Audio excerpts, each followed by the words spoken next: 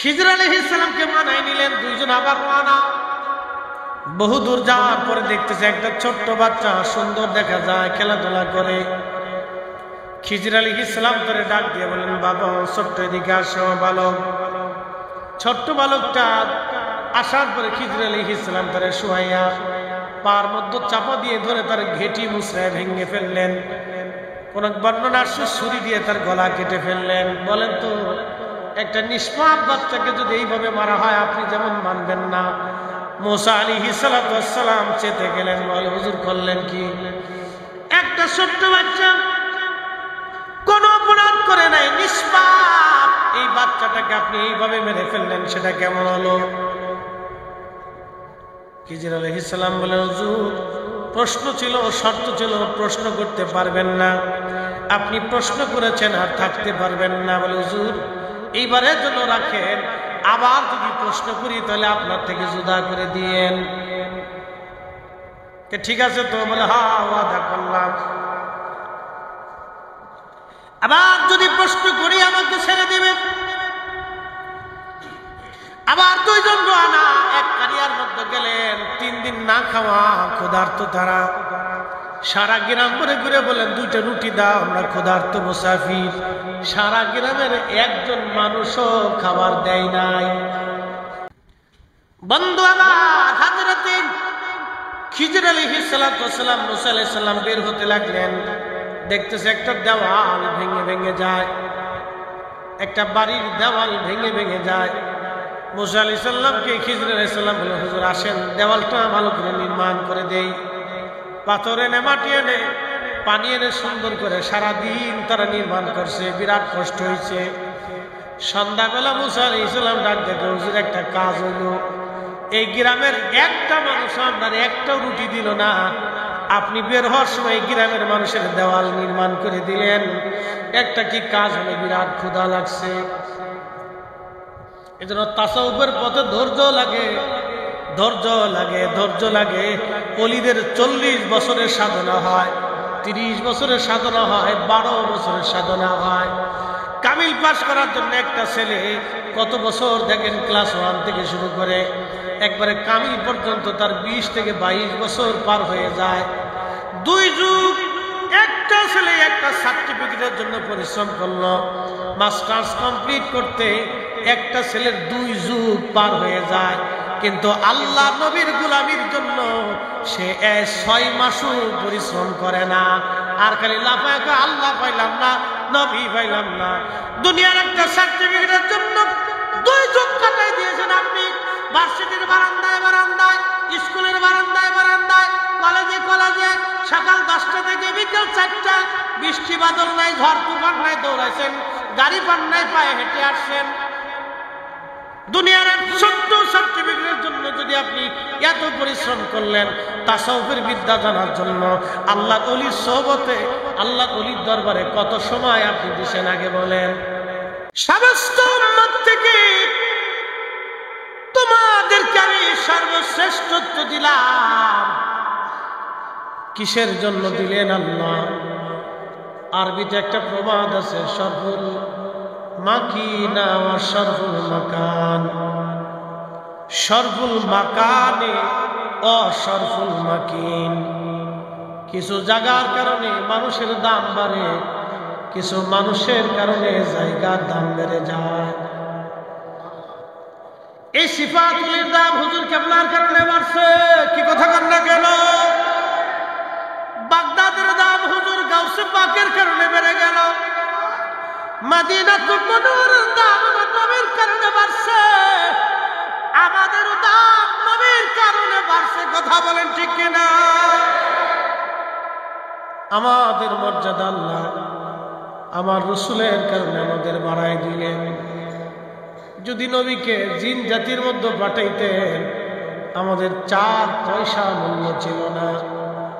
যদি ফেরেশতা জাতির মধ্যে নবীরে পাঠাইতেন, আমাদের 4 পয়সা দাম ছিল না। খায়রা উম্মাতিন কুনতুম খায়রা উম্মাতিন উম্মাহ, তোমরা শ্রেষ্ঠ জাতি, আদম শফিউল্লাহ থেকে ঈসা রুহুল্লাহ পর্যন্ত যত জাতি পৃথিবীতে আসলো, কাউকে আল্লাহ কুনতুম খায়রা উম্মাহ বলেন নাই, আমাদেরকে আল্লাহ বললেন। মুসা আলাইহিস সালাম আল্লাহ বলেন, মুসা এই উম্মত তোমার জন্য বরাদ্দ না, এটা আমার আখিরি নবীর জন্য বরাদ্দ। মুসা আলাইহিস সালাম আল্লাহকে ডাক দেখে, রাব্বি উম্মতের দাম যদি এটা হয় তো নবীর দাম কত? আল্লাহ ওই নবীর উম্মত আমারে বানাই দাও। আল্লাহু আকবার, জোরে বলেন। কুরআন বলতেছে, ওয়াইদ আখাযাল্লাহু মিসাকান নাবিয়্যিনা লামা আতাইতুকুম মিন কিতাবিন ওয়া হিকমাতিন সুম্মা জাআকুম রাসূলুম মুসাদ্দিকুন লিমা মাআকুম লা তু'মিনুনা বিহি। আল্লাহ রাজুলে 3টা মহাসম্মেলন করছিলেন, 3টা মহাসম্মেলন।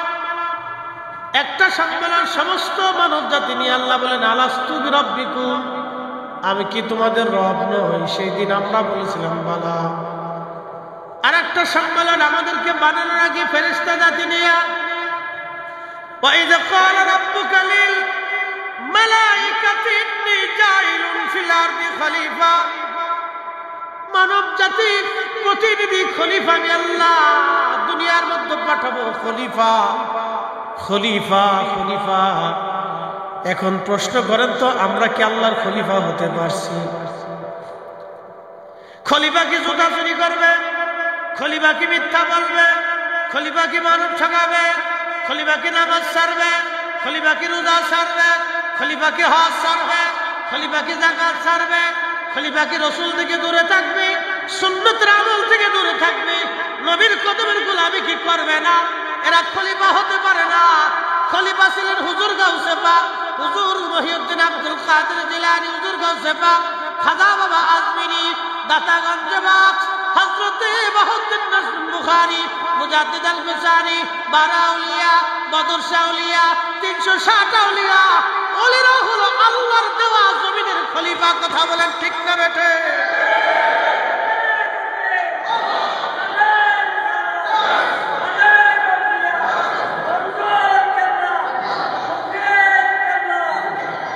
কিন্তু আমরা খলিফা হতে পারি নাই। খলিফা যোগ্যতা আমাদের নেই। আর একটা সম্মেলন আল্লাহ করলেন সমস্ত নবীদেরকে নিয়ে, সমস্ত নবীদেরকে নিয়ে আল্লাহ আর একটা সম্মেলন করলেন। আমার আল্লাহ বললেন, ওয়াইজ হুজুর মনে করেন, স্মরণ করেন সেই দিনের কথা। আখাযাল্লাহু মিসাকান নাবিয়্যিন, আলমে মিসাকের জগতের কথা। নবীজি আলমে মিসাকের জগতের কথা আপনি মনে করেন, স্মরণ করেন সেই দিনের কথা। ইয়া রাসূলুল্লাহি, সেই দিন আপনার উপস্থিতিতে 1,24,000 নবী রাসূল, আমি তখনও তাদেরকে মনোনয়ন দেই নাই। আদম আলাইহিস সালাম, শীশ আলাইহিস সালাম, জাকারিয়া, আইয়ুব, ইউসুফ, ইয়াকুব, ইসহাক, ইব্রাহিম, মুসা, ঈসা, হারুন, উযাইর, জুবাইর আলাইহিমুস সালাম, কাউরে আমি আল্লাহর নবুয়ত দেই নাই।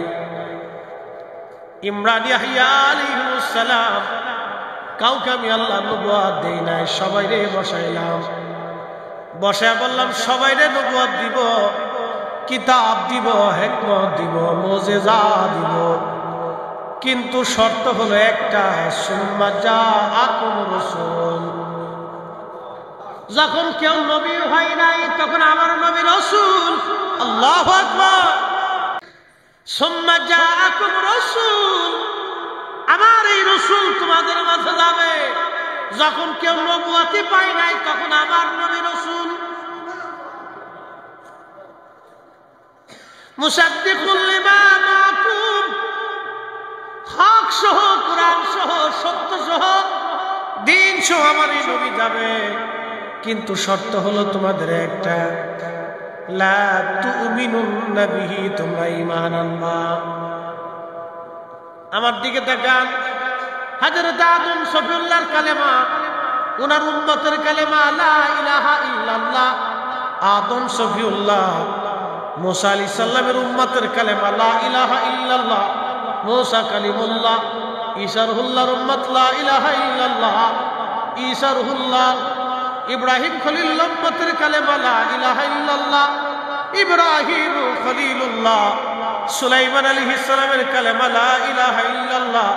সুলাইমান নবিউল্লাহ। কিন্তু আদম নবীর নিজের কালেমা লা ইলাহা ইল্লাল্লাহ মুহাম্মাদুর রাসূলুল্লাহ সাল্লাল্লাহু আলাইহি সাল্লাম। আদম আলাইহিস সালাম থেকে ঈসা রুহুল্লাহ পর্যন্ত সবাই এই কালেমার উপরে সাক্ষ্য দেওয়ার কারণে নবী হয়েছে। যদি আমার নবীর কালেমার সাক্ষ্য তারা না দিত, নবী হতে পারত না। আল্লাহ ডাক দিলেন, তোমরা কি মেনে নিলা? কুরআন বলতেছে ক্বালু, সব নবীরা সেই দিন বলল আকরারনা, আমরা মেনে নিলাম, সত্য মেনে নিলাম, এই নবীর উপর ঈমান আনলাম, তিনি মুহাম্মদুর রাসূলুল্লাহ সাল্লাল্লাহু আলাইহি সাল্লাম মেনে নিলাম। চিৎকার মেরে জোরে বলবেন কি ইয়া রাসূলুল্লাহ।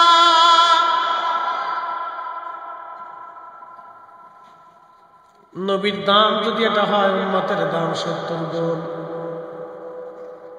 আর আল্লাহ নবীর দাম কত, তার হিসাব কষাব রাখবো মুশকিল। এই 70 গুণ দামের ওলি, আল্লাহর জবান নিঃসৃত বাণী কোরআন শরীফ আল্লাহ বলতেছেন, ইয়া আইয়ুহাল্লাযীনা আমানুত্তাকুল্লাহ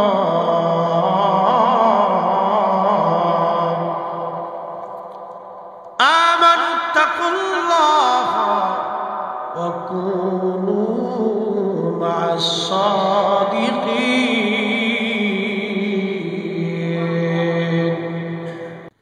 আল্লাহর কোরআন বলতেছে, আমার রব, আমার আল্লাহ বলতেছেন, ইয়া আইয়ুহাল্লাযীনা আমানুত্তাকুল্লাহ, তোমরা আল্লাহকে ভয় করো।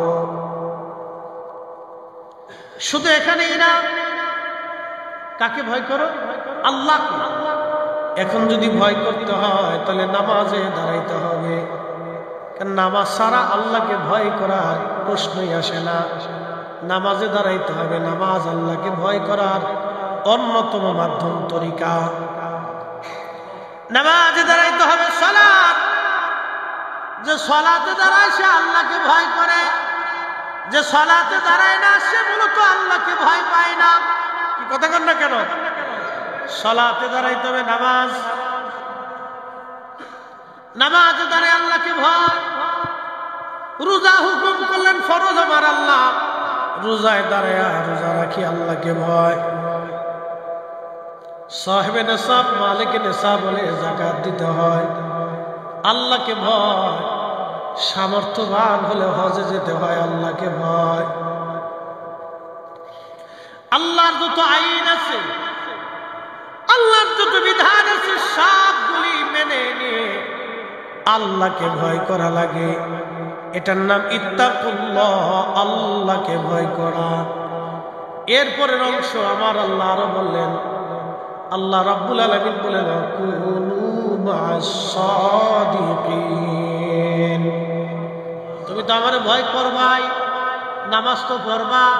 অনেকে যুক্তি দেয়, আমি নামাজ পড়বো, পীরের কাছে যাবো কে? নামাজ পড়লাম তো মুরিদ হবো কে? আমি তো রোজা রাখি, তো মুরিদের দরকার কি? আমি তো হজ করি, তো মুরিদের দরকার কি? আমি তো যাকাত দিই, তো মুরিদ হওয়ার দরকার কি? আমি তো জিকিরে বসি, তো মুরিদের দরকার কি? আমি তো আব্বা আম্মার খেদমত করি, তো মুরিদ হওয়ার প্রয়োজন কি? কিন্তু কোরআন বলে না, আল্লাহর কালাম বলতেছে না, ইত্তাকুল্লাহ, তুমি মার খেদমত করবে, এটা আমি আল্লাহর ভয়। তুমি রোজা রাখবা, এটা আমি আল্লাহর ভয়। যাকাত দিবা, আমি আল্লাহর ভয়। নামাজ পড়বা, আমি আল্লাহর ভয়। হজ করবা, আমি আল্লাহর ভয়। তুমি হালাল খাবা, আমি আল্লাহর ভয়। সুদ ছেড়ে দেবা, আমি আল্লাহর ভয়। ঘুষ ছেড়ে দেবা, আমি আল্লাহর ভয়। অন্যের মাল তুমি হক নষ্ট করবা না, এটা আমি আল্লাহর ভয়। কিন্তু এইগুলি তো করবাই, এইগুলি করার পরে তোমার জন্য আরেকটা কাজ হলো ওয়াকুনু মা'আস সাদিকিন, আমার অলির সহবতে যাও, আমার বন্ধুর নিকটে বসো, আমার অলির সহবতে যাও, তার নিকটে বসো, তার সাথে অঙ্গীকার করো। একবার জোরে বলা যাবে কি মারহাবা। কোরআন শরীফের একটা দিক মানবেন আর একটা মানবেন না, তা হবে না। এই জন্য আল্লাহর ওলিদের বায়াত আজকে থেকে না, ইসলামের সাহাবায়ে কেরামের পর থেকে অনেকে বলে সাহাবীরা কার কাছে মুরিদ ছিল? সাহাবীরা সরাসরি আল্লাহর নবীর কাছে মুরিদ ছিল, ঠিক কি না? সাহাবীরা সরাসরি রাসূলের মতো এত বড় পীর, এত বড় মুর্শিদ। আল্লাহু আকবার। তাওহীদেরই মুর্শিদ আমার মুহাম্মাদের নাম, মুর্শিদ মুহাম্মাদের নাম।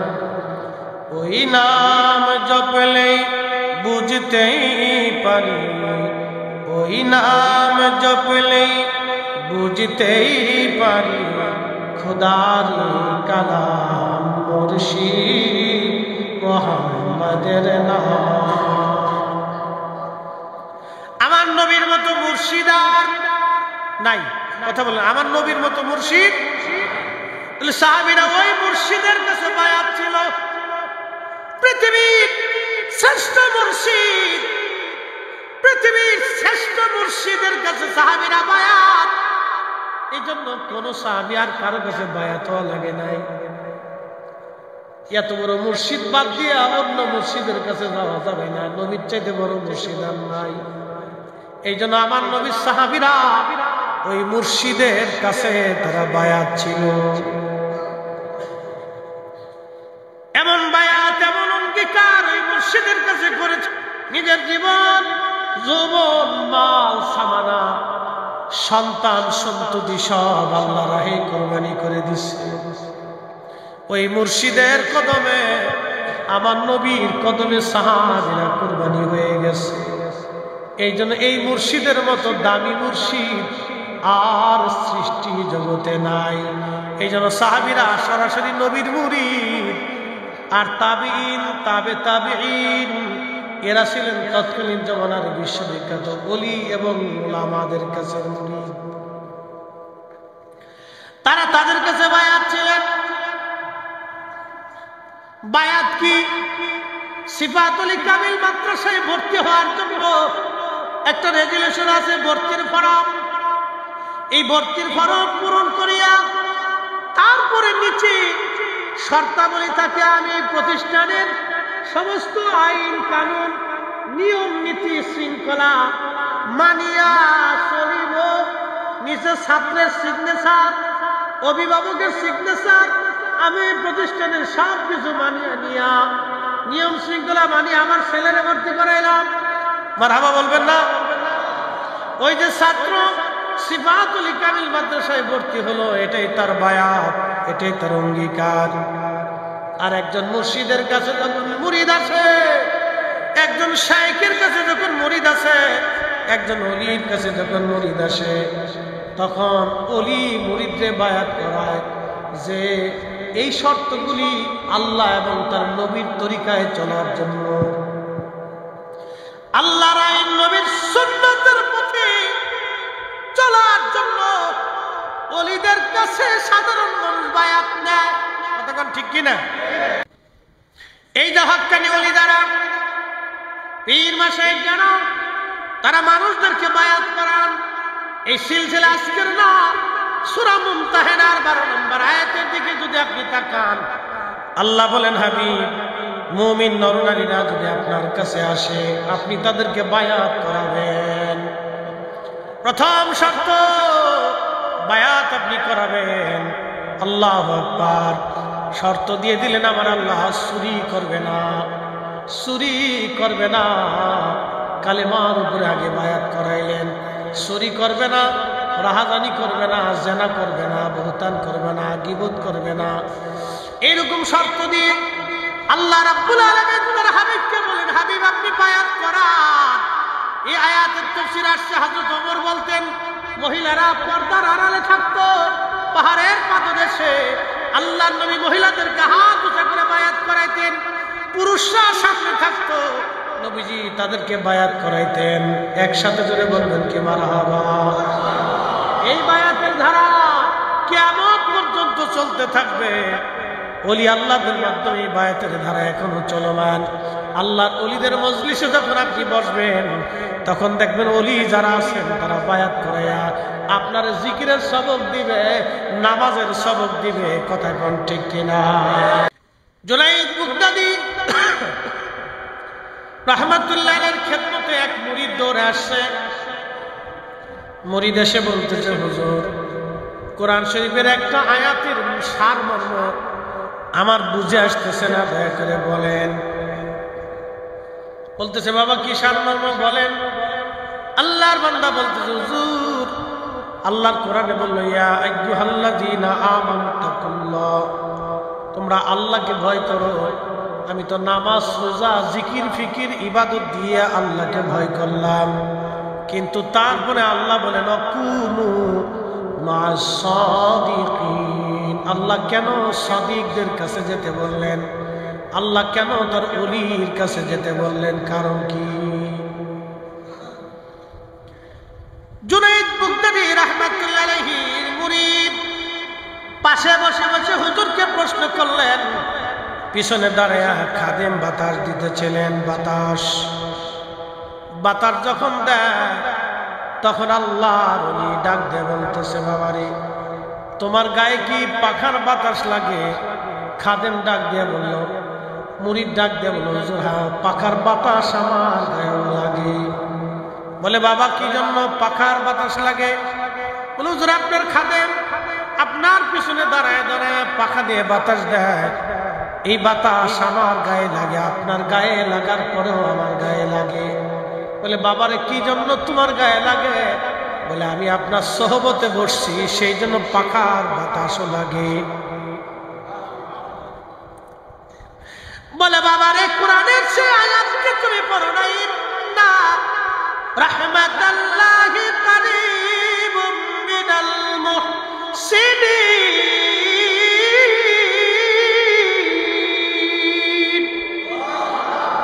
নিশ্চয় আমার রহমত, আমার মুহসিন, আমার ওলি, আমার বন্ধু, আমার মেহবুব, আমার পেয়ারা বান্দার নিকটবর্তী থাকে। জুনাইদ বাগদাদী রাহমাতুল্লাহ আলাইহি বলেন, বাবারে আমার পাশে বসার জন্য আমার খাদেমের বাতাস তোমার গায়েও লাগে। তার অর্থ হলো আমার সোহবতের জন্য যদি আমার খাদেমের পাখার বাতাস আমার গায়ে লাগার পরও তোমার গায়ে লাগে। আল্লাহ পাক নামাজের হুকুম দিলেন, ইত্তাকুল্লাহ দিয়ে রোজার হুকুম দিলেন, হজের হুকুম দিলেন, যাকাতের হুকুম দিলেন, আমলের হুকুম দিলেন, হক হালালের হুকুম দিলেন, হালাল হারামের হুকুম দিলেন। ইত্তাকুল্লাহ দিয়ে আল্লাহ সব কোরআনের আইন মানার হুকুম দিয়ে দিলেন। এরপরে ওয়াকুনু মা'আস সাদিকিন দিয়ে আল্লাহ তার ওলির সোহবতে বসতে বলেন। এই জন্য ওলিদের উপরে আল্লাহর রহমত অবারিত নাজিল হতে থাকে। আমার পাখার বাতাস যদি তোমার গায়েও লাগে তাহলে ওলিদের কাছে আসলে খোদার রহমত থেকে ওই বান্দারা মাহরুম হয় না, জুদা হয় না। এই জন্য আমার আল্লাহ তার ওলিদের কাছে যাইতে বলছে। জোরে বলেন মারহাবা।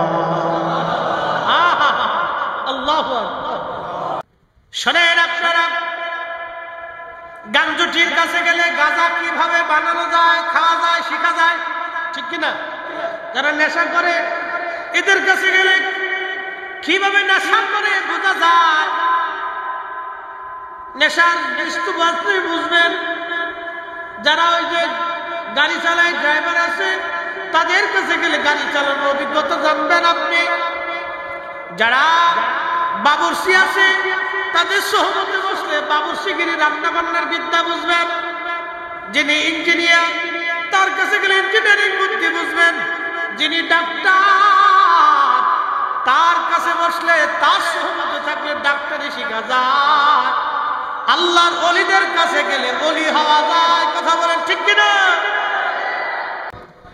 বন্ধুগণ আমার, আল্লাহর ওলিদের মজলিসে বসলে কি হয়? আমি কোরআন শরীফ থেকে আপনাদেরকে বুঝাইলাম। শুধু এইখানে না বাবাজি, অলির কাছে গেলে অলি হওয়া যায়, অলির কাছে না গেলে অলি হওয়া যায় না। আল ইলমু আলিমান, ইলম দুই ধরনের, ইলমুল লিসান একটা জবানের ইলম। সিফাতুল কামিল মাদ্রাসায় যদি ভর্তি হন, শাইখুল হাদিস সাহেবের কাছে বসলে আপনি হাদিসের বিদ্যা শিখবেন। মুফাসসির যারা আছেন, উস্তাদুল আসাতিজাদের কাছে গিয়ে বসলে কোরআনের তাফসীরের বিষয় বুঝবেন। যাদের ফিকহের বিষয়ে যদি জানতে চান, মুফতি যারা আছেন ফিকহের ক্লাসের মুফতি সাহেবদের কাছে গেলে বসবেন। আদাব ক্লাসে আদাব বুঝবেন, বালাগাতে বালাগাত, মান্তিকে মান্তিক, ফাসাহাতে ফাসাহাত। এরপরে যতগুলি বিদ্যা আছে নাহু সরফ থেকে শুরু করে সব বিদ্যা এক একজন টিচারের কাছে গেলে বুঝবেন। আল্লাহর ওলির কাছে গেলে দুইটা বিদ্যা শিখা যায়, একটা ইলমে শরীয়ত আর একটা ইলমে তরিকত। এই ইলমে তরিকত শিক্ষা দেওয়ার জন্য আমার আল্লাহ মুসা নবীরে খিজির আলাইহিস সালামের কাছে আল্লাহ পাঠাইছেন। সূরা কাফে মুসা আলাইহিস সালামকে আল্লাহ খিজিরের কাছে পাঠাইলেন। খিজির আলাইহিস সালামের ইতিহাস অনেক বড় লম্বা, যদি বলতে যায় তাহলে অনেক সময় লাগবে। আল্লাহর বান্দার বাগানে খিজির আলাইহিস সালামের মতো হায়াত কেউ পায় নাই। ওনার জন্ম কেউ বলেছেন হাবিল কাবিল যে মারামারি করেছিল, কাবিলের বংশে উনি জন্ম নিয়েছিলেন। আবার কেউ বলেছেন না, তিনি ইব্রাহিম আলাইহিস সালামের জমানায় জন্ম নিয়েছিলেন।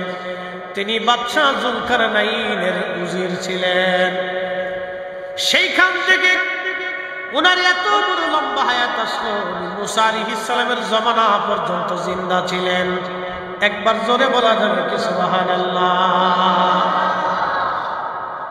কেউ বলেছিলেন উনি নবী, কেউ বলছেন না উনি ওলি, মত পার্থক্য।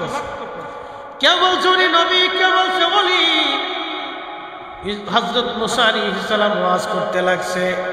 একজন আল্লাহর বান্দা দাঁড়ায় বলল, মুসা রে, এই জমানার মধ্যে সবচেয়ে জ্ঞানী ব্যক্তি কে, কারে ইলম বেশি? মুসা আলাইহিস সালাম বলেন, আমি নবী, আমারই ইলম বেশি। আল্লাহ ডাকতে বলেন, মুসা রে, হয় নাই, তোমার চাইতেও বড় আলেম ইলমওয়ালা আমি আল্লাহ নিজে বানায় রাখছি। আল্লাহু আকবার। তোমার চাইতে বড় ইলমওয়ালা বানায় রাখছি। সেটা কি ইলম? আল্লামনাহু মিন লাদুন্না ইলমা। ইলমে লাদুন্নি ইলমুল কালব, ইলমুল কালব। যে ইলমের কারণে খাজা বাবা আজমিরি বিরাট আনা সাগরের পানি একটা লুটার ভিতরে এনেছিলেন। সুবহানাল্লাহ বলা যাবে না? ভারতে পানি ছেড়ে দিয়া কুমিল্লা, ফেনী, নোয়াখালী, লক্ষ্মীপুরের বিরাট একটা অংশ পানির নিচে চলে গেল। আমাদের কাছে যদি ওই বিদ্যা থাকতো তাহলে বোতল ধইরা সব পানি এক বোতলে নিয়ে আসতাম। খাজা বাবার কাছে যে বিদ্যা ছিল ওটা যদি আমার কাছে থাকতো তো পানি ছেড়ে দিচ্ছে, আমি বোতল ভরে নিয়ে চলে আসি। যাও, এই বিদ্যা আমাদের কাছে না, এটা খাজা বাবার কাছে ছিল। শাহজালাল আমিনী মুজাররদি এমন এক বিদ্যার মালিক ছিলেন, জায়নামাজ বিছাই দিল, পানি কথা শুনলো, জায়নামাজ বিছাইয়া নদী পার হয়ে গেল। তিনি এমন এক বিদ্যার মালিক ছিলেন। আল্লাহু আকবার। খিজির আলাইহিস সালামকে আল্লাহ একটা বিদ্যা দিলেন, ইলমে লাদুন্নি। আল্লামা ইমাম নাসাফি তাফসীরে নাসাফির মধ্যে লেখেন, মা হাসালাল ইলহাম বিতরিকিল ইলহাম। হযরত খিজির আলাইহিস সালাম এই বিদ্যা আল্লাহর ইলহামের মাধ্যমে জানতে পারতেন। ইলহাম তো এখনো চালু, কিন্তু আমার কালব মরা। আল্লাহ আমার কাছে পাঠান না, কারণ এটা ধারণ করার ক্ষমতা আমার নাই। এই বিদ্যা ধারণ করার ক্ষমতা আমার কাছে নাই। পারমাণবিক বিজ্ঞানীরা পারমাণবিক সম্পর্কে বিরাট বড় জ্ঞানী। আমার দেশের যিনি কৃষি কাজ করে তার যদি নিয়ে ওই রূপপুর পারমাণবিক কেন্দ্রে নিয়ে যদি তার চাকরি দিয়ে দেন, আর যদি তার এখন বাইরে পারমাণবিক কেন্দ্রে তুমি চাকরি করে এটা সুন্দর করে নির্মাণ করে দাও। কৃষক যেমন পারবে না, আমরা ইলমুল কালবের অধিকারী হতে পারি নাই, এই জন্য আল্লাহ আমাদের কালবে ইলহাম করে না। কথা কোন ঠিক কিনা? যারা পারে না এরা খালি বেদাত বেদাত বেদাত।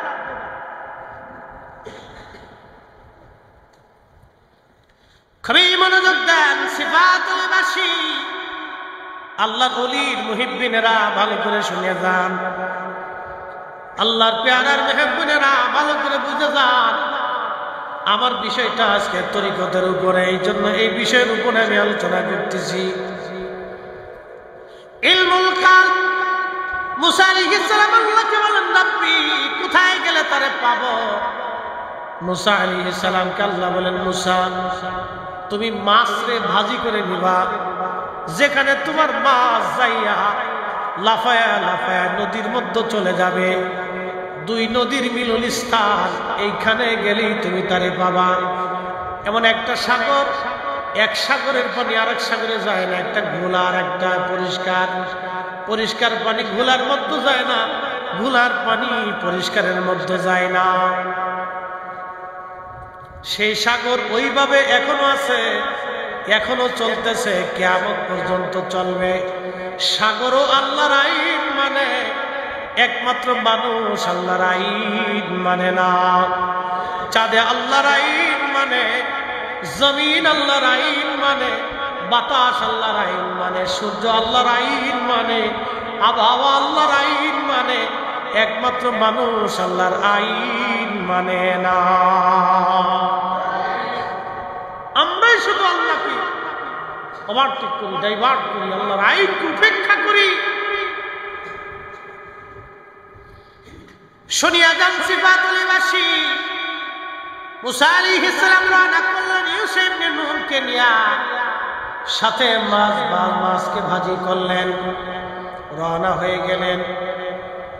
দুই নদীর মিলন স্থান, মস্ত বড় একটা পাথর, এই পাথরে মাথা রেখে মুসা আলাইহিস সালাম ক্লান্তি তার কারণে ঘুমিয়ে পড়লেন। ইউসা ইবনে নূন দেখতেছে মাছটা জিন্দা হয়ে লাফাইয়া লাফাইয়া সাগরের মধ্যে চলে যায়। আল্লাহু আকবার। আরেকটা বর্ণনা আসছে, যেই পাথরে মুসা আলাইহিস সালাম মাথা হেলান দিয়ে ঘুমিয়েছিলেন, ওই পাথরের ভিতরে একটা প্রস্রবণ ছিল, পানির ফোয়ারা। ওই পানির একটা বরকত ছিল, ওই পানি কোনো মূর্তার উপরে, মরা কোনো বস্তুর উপরে পড়লে ওই বস্তুটা জিন্দা হইয়া চলে যাইত, মরাটা জিন্দা হয়ে যাইত। সেই প্রস্রবণ ইমাম ইবনে কাসির আল বেদায়ের মধ্যে লিখতেছেন, ওই প্রস্রবণের কারণে মরা জিন্দা হয়ে যাইত। ওই পানিটা এসে মাছের গায়ে লাগলো, মাছ জিন্দা হয়ে লাফাইয়া লাফাইয়া চলে গেল। এটা আল্লাহর কুদরত। হযরত ইউসা ভুলে গেলেন, মুসা আলাইহিস সালামকে নিয়ে রওনা। আরো একদিন এক রাত পথ চলেছে, বিরাট বড় ক্ষুধা লেগে গেল মুসা আলাইহিস সালামের। আল্লাহরই পয়গম্বর ডাক দিয়ে বলেন, ইউসা রে, ভাজা মাছ ছিল, ক্ষুধা লেগেছে, দাও খেতে বসি। আল্লাহর বান্দা নবী ইউসা ইবনে নূন ডাক দিয়ে বলেন, নবী গো, শয়তান আমাকে ভুলিয়ে দিছে, আমার মনেই নাই। আপনি যেখানে পাথরের উপরে মাথা রেখে ঘুমান, দুই নদীর মিলন স্থানে, ওইখানে ভাজা মাছটা জিন্দা হয়ে লাফাইয়া লাফাইয়া চলে গেছে। মুসা কালিমুল্লাহ আলাইহিস সালাম ডাক দিয়ে বলেন, ইউসা ইবনে নূন রে, করছো কি? ওই জায়গার সন্ধান আমি করতেছিলাম। আবার তারা একদিন এক রাত অতিক্রম করে এই জায়গা আসার পরে দেখলেন একজন আল্লাহর বান্দা সবুজ চাদর মোড়া দিয়া, সবুজ চাদরের বিছানা বিছাইয়া মোড়া দিয়া, ওই পাথরেই চাদর মোড়া দিয়ে আল্লাহর বান্দা শুয়ে আছে। মুসা আলাইহিস সালাম যা সালাম দিলেন, আসসালামু আলাইকুম ওয়া রাহমাতুল্লাহ। খিজির আলাইহিস সালাম চাদরের ভিতর থেকে বললেন, এই দেশে কি সালামের প্রচলন আসেনি? বলতেছে হ্যাঁ। বলে আপনি কে? বলে আমি মুসা। তখন হযরত খিজির বলেন, আপনি বনি ইসরাইলের নবী মুসা? বলে হ্যাঁ। কি জন্য আপনি আমার কাছে আসছেন? বলে আমার রব আপনার কাছে আমাকে পাঠিয়েছে, আপনার কাছে একটা বিশেষ জ্ঞান এলেম আছে, ওই এলেমটা আমি জানার জন্য আসছি। খিজির আলাইহিস সালাম ডাক দিয়ে বলেন, আপনি সবর করতে পারবেন না। ধৈর্য ধরতে পারবেন না। এলেমটা আমার কাছে যে এলেম আছে সেটা আপনার কাছে নাই, আপনার কাছে যেটা সেটা আমার কাছে নাই। আপনি যে বিদ্যা শিখার জন্য আসছেন, এই বিদ্যা শিখার জন্য আপনার ধৈর্য ধরতে পারবেন না। মুসা আলাইহিস সালাম বলেন, ইনশাআল্লাহু মিনাস সাবিরিন, আল্লাহ চাহে তো আমি ধৈর্য ধারণকারীদের অন্তর্ভুক্ত হব, আপনি আমারে রাখেন। বলে, রাখতে পারি, আমার কোনো কাজে আপনি প্রশ্ন করতে পারবেন না। আমি যে কাজ করব এই কাজে আপনি প্রশ্ন করতে পারবেন না। দেখেন, আউলিয়া কেরামের সোহবতে যাইতে হবে। আল্লাহর কোরআনে আল্লাহ এইভাবে লিখে দিচ্ছে। ওরা বেদাত আর শিরিক খুঁজে পেয়েছে। আরে বাজারে তো মাল ফরমালিন থাকে, পচা গলা থাকে, 2 নম্বর থাকবে, তার জন্য তার বাজার নষ্ট না। বাজারে মানুষ যাওয়া বন্ধ করে না, মাজারে তো 2 নম্বর থাকবে। কিন্তু তাই বলে দেশের মুসলমান সঠিক ওলিদের মাজারে যাইতে বন্ধ হবে না। কথা বলেন ঠিক না?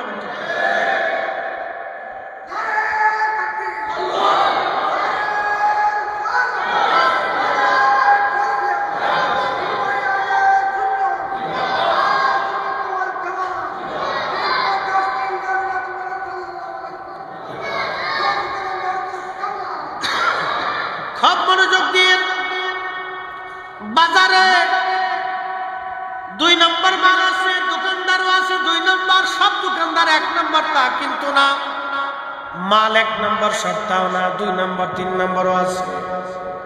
ফরমালিন সারা ফরমালিনওয়ালা সব আছে, আপনি পাবেন। তাই বলে কেউ কিন্তু বাজার করা বন্ধ করে নাই। আপনার বাজার যদি বন্ধ না হয়, তাহলে মাজার অলিদের জগতে, পীর মাশায়েখদের জগতে 2 নম্বর আছে। তাহলে আমরা কেন আল্লাহ পাইতে 2 নম্বরের ভয়ে 1 নম্বর অলিদের থেকে দূরে থাকব? আমাদের জীবন থাকতে আমরা অলিদের থেকে জুদা হব না। কথা বলেন ঠিক না বেঠি? আমরা অলি থেকে কেন জুদা হব? বেশি কিছু যেখানে হক আছে, সুন্নিয়ত আছে, ঈমান আছে, রাসূল প্রেম আছে, নবীর গোলামি আছে, আমরা সেখানে। কথা ঠিক কি না? আমরা সেখানে। কোরআন সুন্নাহর বাহিরে প্রশ্নই আছে, কোরআন সুন্নাহর বাহিরে প্রশ্নই আছে। আমি সেখানে কেন? কোরআন সুন্নাহর বাহিরে যেটা বুঝতে পারো, ওখানে ফরমালিন আছে। কি আছে? ফরমালিন আছে। আর কোরআন সুন্নাহ যেটা, এটা ফরমালিন মুক্ত, ভেজাল মুক্ত।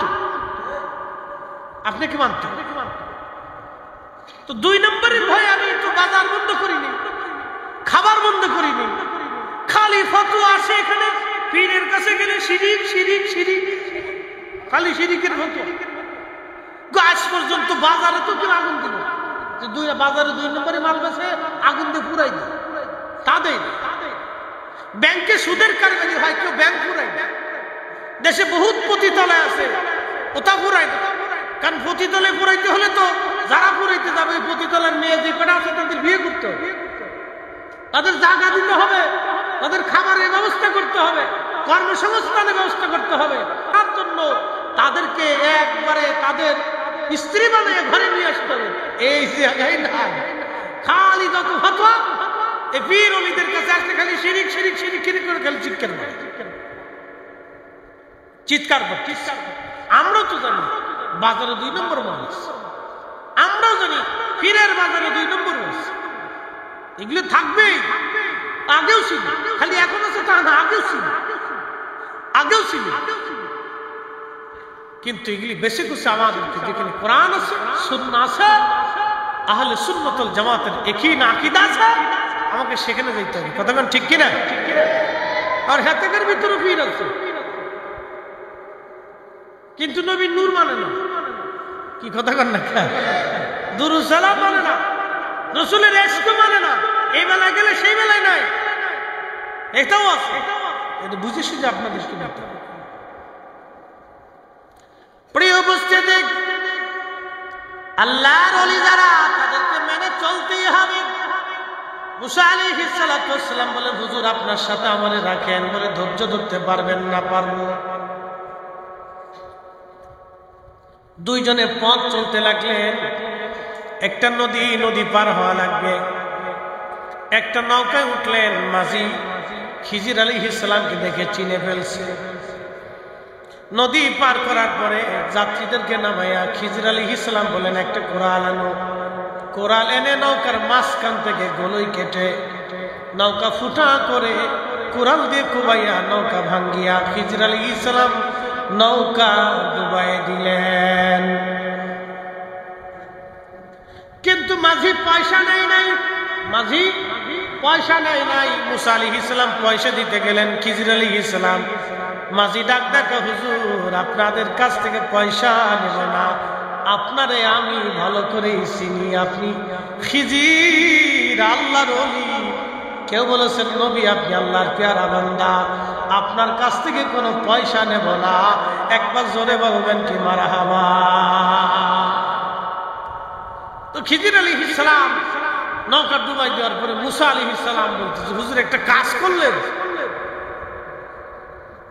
এই বেটা গরিব মানুষ, আপনি তো নৌকাটারে আমরা ফিরি ফিরি পার করে দিল, তারপরে আপনি নৌকাটা ডুবাই দিলেন, এটা কাজ হলো?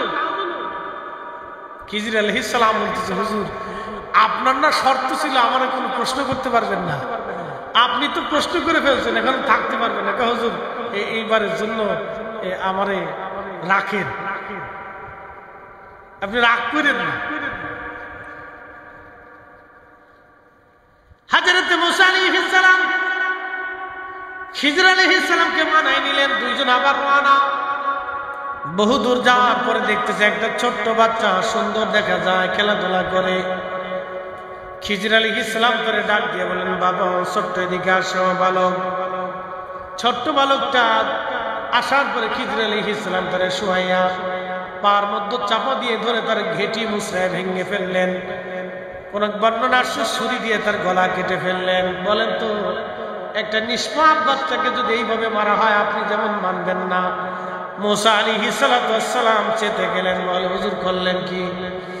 একটা ছোট্ট বাচ্চা কোন অপরাধ করে নাই, নিষ্পাপ, এই বাচ্চাটাকে আপনি এইভাবে মেরে ফেললেন, সেটা কেমন হলো?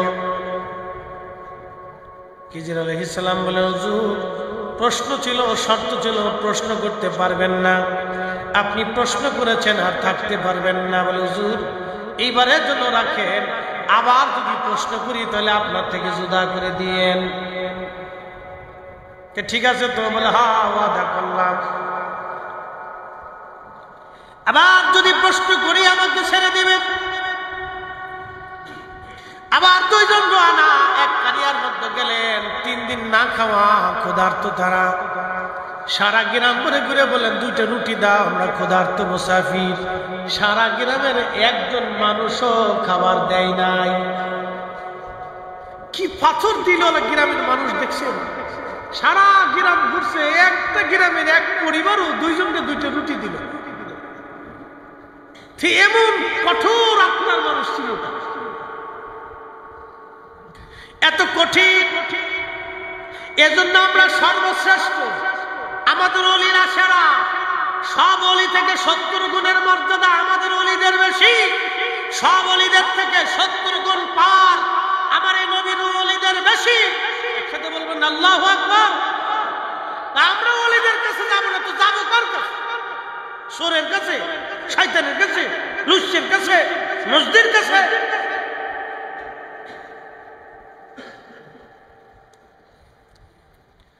বন্ধু আমার, হযরত খিজির আলাইহিস সালাম মুসা আলাইহিস সালাম বের হতে লাগলেন।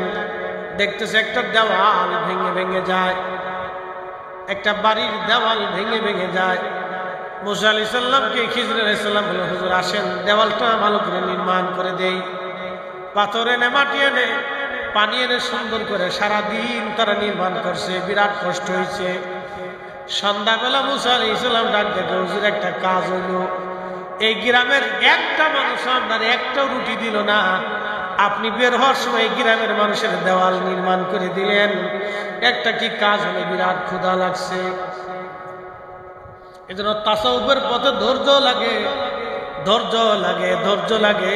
ওলিদের 40 বছরের সাধনা হয়, 30 বছরের সাধনা হয়, 12 বছরের সাধনা হয়। কামিল পাস করার জন্য একটা ছেলে কত বছর দেখেন ক্লাস 1 থেকে শুরু করে একবারে কামিল পর্যন্ত তার 20 থেকে 22 বছর পার হয়ে যায়। 2 যুগ একটা ছেলে একটা সার্টিফিকেটের জন্য পরিশ্রম করলো, মাস্টার্স কমপ্লিট করতে একটা ছেলের 2 যুগ পার হয়ে যায়। কিন্তু আল্লাহ নবীর গোলামির জন্য সে 6 মাসও পরিশ্রম করে না, আর খালি লাফায় আল্লাহ পাইলাম না, নবী পাইলাম না। দুনিয়ার একটা সার্টিফিকেটের জন্য 2 যুগ কাটাই দিয়েছেন আপনি, ভার্সিটির বারান্দায় বারান্দায়, স্কুলের বারান্দায় বারান্দায়, কলেজে কলেজে, সকাল 10টা থেকে বিকেল 4টা, বৃষ্টি বাদল নাই, ঝড় তুফান নাই, দৌড়াইছেন, গাড়ি পান নাই, পায়ে হেঁটে আসছেন।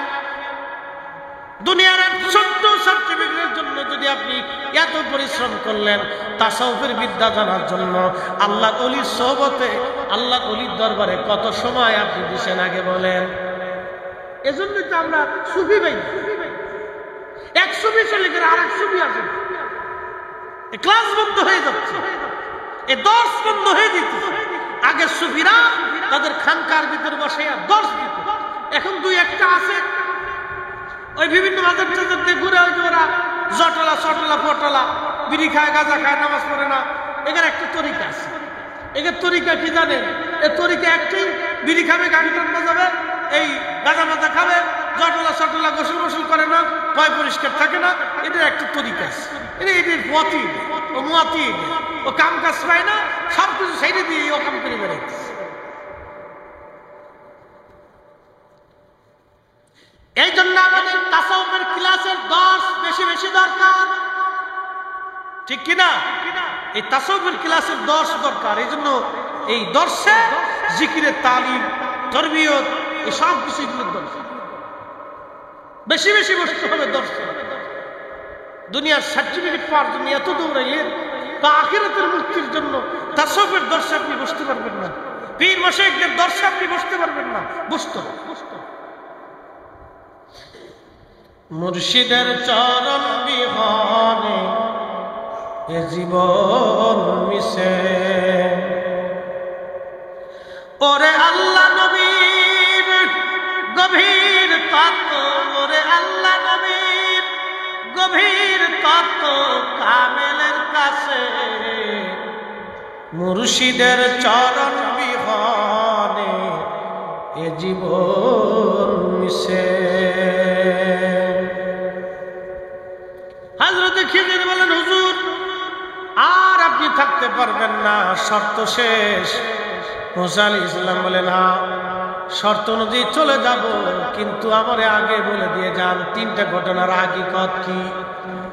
খিজির আলাইহিস সালাম বলেন, প্রথম হাকিকত হলো নৌকা ডুবাই দিয়েছিলাম। নৌকা এই জন্য ডুবাইছিলাম, এদেশের বাদশাহ বিরাট বড় জালিম, সে সমস্ত নৌকাগুলি সিজ করে নিয়ে যাবে তার যুদ্ধের কাজে লাগানোর জন্য। যে মাঝি আমাদের নদী পার করাইলো, মাঝিটা গরিব মানুষ, আমাদের কাছ থেকে পয়সা নেয় নাই। আমি খিজির নৌকাটাকে ডুবাইয়া দিয়া ওই জালিম বাদশাহ থেকে মাঝিরে নৌকা আমি হেফাজত করলাম, যাতে এই জালিম চলে যাওয়ার পরে সে নৌকা উঠাইয়া মেরামত করে এই নৌকা চালাইয়া সংসার চালাইতে পারে। একবার জোরে বলা যাবে আল্লাহু আকবার। এটা হাকিকতের বিদ্যা, হাকিকতের ওমা তাদরি নাফসু মাদা তাকসিবু গাদা। কোরআন বলতেছে মানুষের জন্য আগামীর সময়টা কি এটা আল্লাহ ছাড়া কেউ জানে না। কিন্তু খিজির আলাইহিস সালাম কেমনে বলে দিল, এই জালিম বাচ্চা নৌকা নিয়ে যাবে, আর সে গরিব মানুষ নৌকা চলে গেলে না খেয়ে থাকবে, বাচ্চা কাচ্চা কষ্ট পাবে, আমি এটার ডুবাই দিয়ে হেফাজত করি। একসাথে বলবেন আল্লাহু আকবার। ওলিদের এরকম কিছু কাজ আছে যেগুলো হাকিকত কোনো বোঝা যায় না, হাকিকত এটা হাকিকতে বলে। দ্বিতীয়টা কি, এত সুন্দর বাচ্চা জবাই করে দিলেন, হত্যা করলেন, কতল করলেন, কারণ কি? খিজির আলাইহিস সালাম বললেন, দেখেন এই বাচ্চাটা বড় হলে কাফের হবে, কট্টর কাফের, সে তার ইমানদার বাবা মারে কাফের বানানোর চেষ্টা করবে। এই জন্য এই বাচ্চাটারে হত্যা করে দিয়ে আমি ইমানদার বাবা মার ইমানের হেফাজত করেছি। একবার জোরে বলা যাবে কে মারহাবা। দেখেন কত গভীর, কত গভীরের কথা। বেশি বেঈমান হবে আর বেঈমান করবে। মানুষ ইমানদার হবে না বেঈমান হবে আল্লাহ ছাড়া তো কেউ জানে। সেই লৌহে মাহফুজের লিখিত সংবিধান আল্লাহ খিজির আলাইহিস সালামের কাছে পাঠাই দিয়েছে। খিজির আলাইহিস সালামের কাছে যদি এই সংবিধান আসে, আর আমার রাসূলের বেলায় যখন আমরা বলি আল্লাহ জানে নবী জানে, তখন ভাই সাহেবরা আপনাদেরকে শিরিকি শিরিকি শিরিকি শিরিকি কি কথা কন না? ভাই সাহেবরা আপনাদেরকে বেদাতি বেদাতি বেদাতি কয় কি? আর ১৬ লক্ষ সাহাবী এক বাক্যে বলতো আল্লাহু ওয়া রাসূলুহু আলাম। আল্লাহ জানে, নবী জানে, আল্লাহ জানে, নবী জানে, আল্লাহ জানে, নবী জানে, আল্লাহ জানে, নবী জানে। এই জন্য আমরা সুন্নিরা কই আল্লাহ জানে, নবী জানে, আল্লাহ জানে, নবী জানে। তখন নাকি ঠিক করে ঠিক আল্লাহ জানে, নবী জানে। এটা আমরা আগে কইছি না। ১৬ লক্ষ সাহাবী। কত লক্ষ সাহাবী? ১৬ লক্ষ। ১-২ জন সাহাবী না, ১৬ লক্ষ সাহাবী।